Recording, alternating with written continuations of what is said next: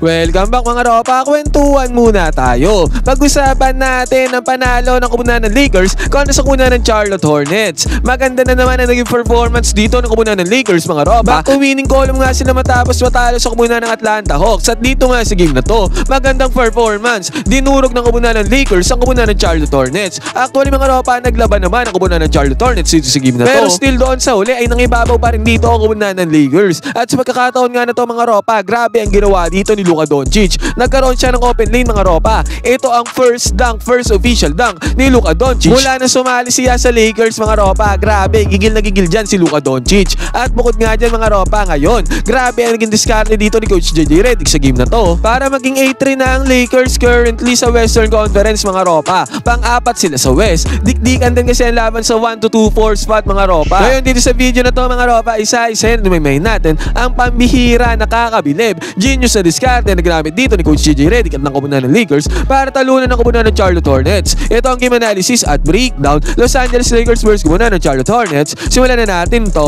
Okay, game. Ngayon mga ropa, ang starting five dito ng kupunan ng Lakers. Nagbabalik nga dito si Austin Reeves mga ropa. Starting point guard dito Luka Doncic. Shooting guard dito si Austin Reeves. 3-man guard nga ang ginamit dito ni Coach JJ Redick mga ropa. Nag-miss tulang small forward dito si Marcus Smart. At ang power forward dito ay si Reggie Mura. At ang starting center dito ay si DeAndre Ayton. At agarang na nagparamdam dito si Austin Reeves ng ropa. Nag-set sila ng pick and roll gameplay dito ng DeAndre Ayton. Ang resulta nito slam dunk para kay DeAndre Ayton. Easy basket is good. Dito nga pagbubukas ng game mga ropa, naging dikitan ng laban. Nakakuha ng 2 points dito si Congan Nipol. At after pa nito mga ropa, nakakuha pa ng 2 points dyan si Miles Bridges. Samantala mga ropa, again, Austin Reeves nagparamdam nga kaagad dito sa may first quarter. Nakakuha siya ng 2 points mga ropa. Basket is good. And then after nito, Luka Doncic, alley-oop play papunta kay DeAndre Ayton. Easy 2 points ulit dyan para sa kupunan ng Lakers. At ito na nga mga ropa, na-kick out ang bola dito sa may left side corner 3-pointer ng kupunan ng Charlotte Hornets. At yan nga naging problema ng kupunan ng Lakers dito sa game na to. Maraming 3-pointers na ipasok ng kupunan ng Charlotte Hornets dito sa game na to mga ropa. At isa na nga to, kauna-unaan, basket is good.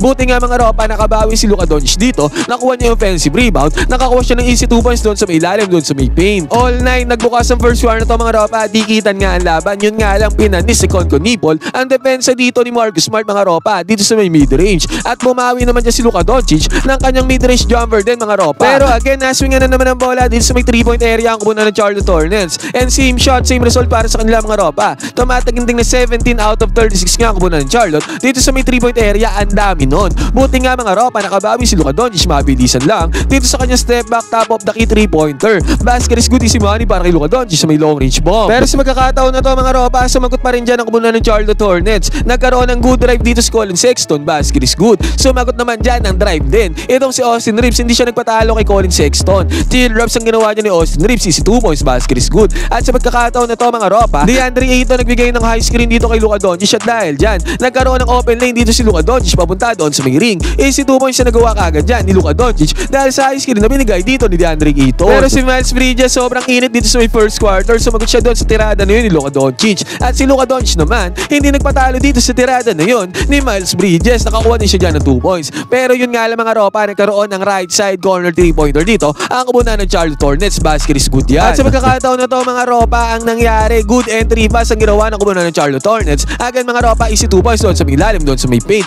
At good entry pass din naman ang ginawa dito ng kupunan ng Los Angeles Lakers. Papunta kay DeAndre Ayton mga ropa, napadali ang kanyang trabaho doon sa may ilalim, doon sa may paint. Yun nga lang mga ropa, si Congan Nipol ay nakakuha ng 3-pointer dito para sa kupunan ng Charlotte Hornets. Pero sumagot naman dyan ng Lakers, good cut ang ginawa ni DeAndre Ayton papunta dito sa may gitna. Napadali ulit ang trabaho niya mga ropa, easy 2 points para kay DeAndre Ayton. Yun nga lang si Miles Bridges, sobrang init talaga dito sa may first quarter. Top of the key 3-pointer mga ropa, ang layo niyan, pasok para kay Miles Bridges. Buti nga mga ropa, ang gandang cut ang ginawa ni Reggie Mura doon sa may baseline, sa may ilalim. Easy 2 points sa kanya nagawa dyan. Pero si Treyman mga ropa, again nakakuha na naman ng 3-pointer dito ang kupunan ng Charlotte Hornets. Pasok ang 3-pointer dyan para kay Treyman. At ang Lakers naman sumagot dito sa pick and roll gameplay dito ni Luka Doncic papunta kay Jackson Hayes. Slam dunk ang ginawa dyan ni Jackson Hayes mga ropa. At sa pagkakataon na to, bago tuloy matapos sa first quarter, dalawang magkasunod 3-pointers pa ang pinasok dito ng kupunan ng Charlotte Hornets. Buti nga mga ropa, ang huling puntos inapas sa kamay dito ni Dalton Connect dito din sa kanyang 3-pointer. Pero still mga ropa, pagtatapos ng first quarter lamang dito ang kupunan ng Charlotte Hornets 40-36 dahil sa minute na shooting nila sa may 3-point area. Pagbubukas naman ng second quarter mga ropa, agarang nag-ambag dito si Austin Reeves. Top of the key 3-pointer mga ropa, basket is good yan para Austin Reeves. And then after nito si Mr. Efficient, Rui Hachimura mga ropa ay nakapasok din ng kanyang 3-pointer, basket is good. Yun nga lang mga ropa, good inside pass yung ginawa dito ng kupunan ng Charlotte Hornets, easy 2 points yan. At sa magkakataon na to, nakapukul ulit ng 3-pointer ang kupunan ng Charlotte Hornets. Grabe nga sila sa may outside shooting. At ang nangyari dito, naswingan naman ang bola si Marcus Smart dito sa may left side, pumasok din ang kanya 3-pointer dyan. And then after nito mga ropa, nagkaroon ng dalawang gusto 3-pointers ang kupunan ng Los Angeles Lakers courtesy of Luka Doncic. At sa magkakataon na to mga ropa, ang gandang pasa ang ginawa papunta kay DeAndre Ayton. Napadali ang trabaho dyan ni DeAndre Ayton para sa easy 2 points, basket is good. At sa magkakataon na to mga ropa, 55-54 ang score. Dikitan pa din ang laban dito sa may second quarter. At ang nangyari pa dito, one shot fake ang ginawa ni Trayman. And again, another 3-pointer na naman ang napasok dito ng kupunan ng Charlotte Hornets. At si Luka Doncic, solid naman ang ginawang penetration dito sa defense ng kupunan ng Charlotte Hornets. Nakapagpunta siya dyan ng easy 2 points. And then after nito mga ropa, dito sa may transition, 3-pointer na naman ang pinukul at pinasok dito ni Luka Doncic. Easy money para sa kanya yan. At tuloy matapos ng first half, second quarter to si Austin Reeves nagkaroon ng coast to coast play dyan mga ropa. Pinani si Austin Reeves ang dalawang defenders dyan ang kupunan ng Charlotte Hornets. At dahil dyan sa pasok na yan ni Austin Reeves, nalamangan ng kupunan ng Lakers sa kupunan ng Charlotte Hornets. Pagpasok ng second half, 65-63 ang score. Pagpasok naman ng second half ng third quarter, good defense kagad ang ginawa dito ni DeAndre Ayton against sa one-on-one offense dito ni Miles Bridges. And then after niyan, good defense and good positioning pa ang ginawa ni DeAndre Ayton doon sa may ilalim, doon sa may paint. Napasahan naman siya dyan mga ropa para makapagpundar siya ng easy 2 points, basket is good. And then after pa nito, pinanis lang ni Luka Doncic ang isolation play dito mga ropa. Easy 2 points na nagawa dyan ni Luka Doncic, easy money. At dito sa pagkakataon na to mga ropa, biglang bumulusok sa offense ang kupunan ng Lakers. Sa panguna to ni Rui Hachimura, 3-pointer sa may top of the key mga ropa, basket is good yan. And then after nito, good defense ba ang ginawa dito ng kupunan ng Lakers. Tendency outcome niyan mga ropa sa may good defense na yan. Nagkaroon sila ng transition offense, again mga ropa, 3-pointer na naman ang napasok dito ni Rui Hachimura. Back to back 3-pointers para sa kanya, basket is good. At sa magkakataon na to, pagbubukas pa lamang ng third quarter, 79-67 kagad ang score. Biglang lumabas sa 12 points sa kalamangan ng kupunan ng Lakers dahil kay Rui Hachimura. Naputol naman ang momentum dyan ng kupunan ng Lakers sa right side corner 3-pointer na to ni Con Kinipol. Basket is good yan mga ropa. Pero again, agarang bumawi dito ang kupunan ng Lakers. Luka Doncic mga ropa dito sa may 3-point area. Easy money, napakadali yan para kay Luka Doncic. Maning-mani mga ropa ang 3-pointer long range bomb. At sa senaryo na to mga ropa, again, naswingan na naman ang bola dito si Rui Hachimura sa may 3-pointer. And again mga ropa,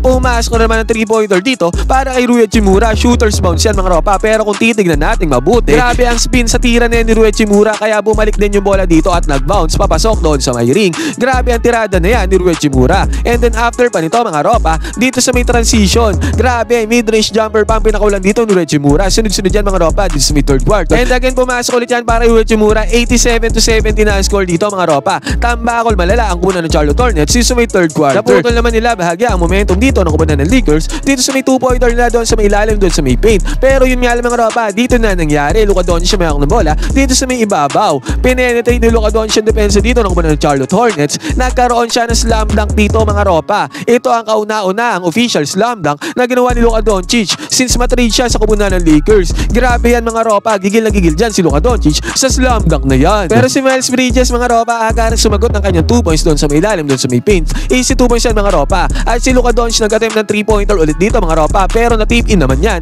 ni Jake LaRavia. Easy 2 points sa kanya nagawa dito. At sa pagkakataon na to mga ropa, nagkaroon pa ng puntos sa kupunan ng Lakers bago tuloy matapos ang third quarter na to. Kung etong third quarter na to mga ropa ay natapos sa score na 96-78, biglang lumabas sa 18 points sa kalamangan dito ng kupunan ng Lakers. Tambakol ang kupunan ng Charlotte Hornets. Pagpasok ng fourth quarter, nadala ng Lakers ang init nila dito mga ropa pagbubukas pa lang ng fourth quarter. Good defense ang ginawa nila dyan mga ropa, and sa good defense na yan, nagkaroon ng fast break dito si Jake LaRavia. Napadali ang kanyang trabaho dyan mga ropa para sa easy 2 points, basket is good. And then after pa nito, Austin Reeves naman ay nakapukul ng 3-pointer dyan mga ropa, pumasok din yan para kay Austin Reeves. At sa pagkakataon na to mga ropa, active hands pa ang ginawa dito ni Marcus Smart. Good defense yan para putulin dito ang possession ng kupunan ng Charlotte Hornets. Yun nga lang mga ropa, sa pagkakataon na to, dito na bigla ang humabol ang kupunan ng Charlotte. Nakakuha sila ng 2 points doon sa may baseline mga ropa. Panis dyan ang depensa ng kupunan ng Lakers. And then after nito mga ropa, si Miles Bridges na-open dito sa may top of the key 3-pointer. Sobrang init nga ni Miles Bridges yung game na to mga ropa. At yan 3-pointer na yan mga ropa ay na-convert niya into points. Kung at sa pagkakataon na to mga ropa, dito sa may fourth quarter, 103-93 ang score.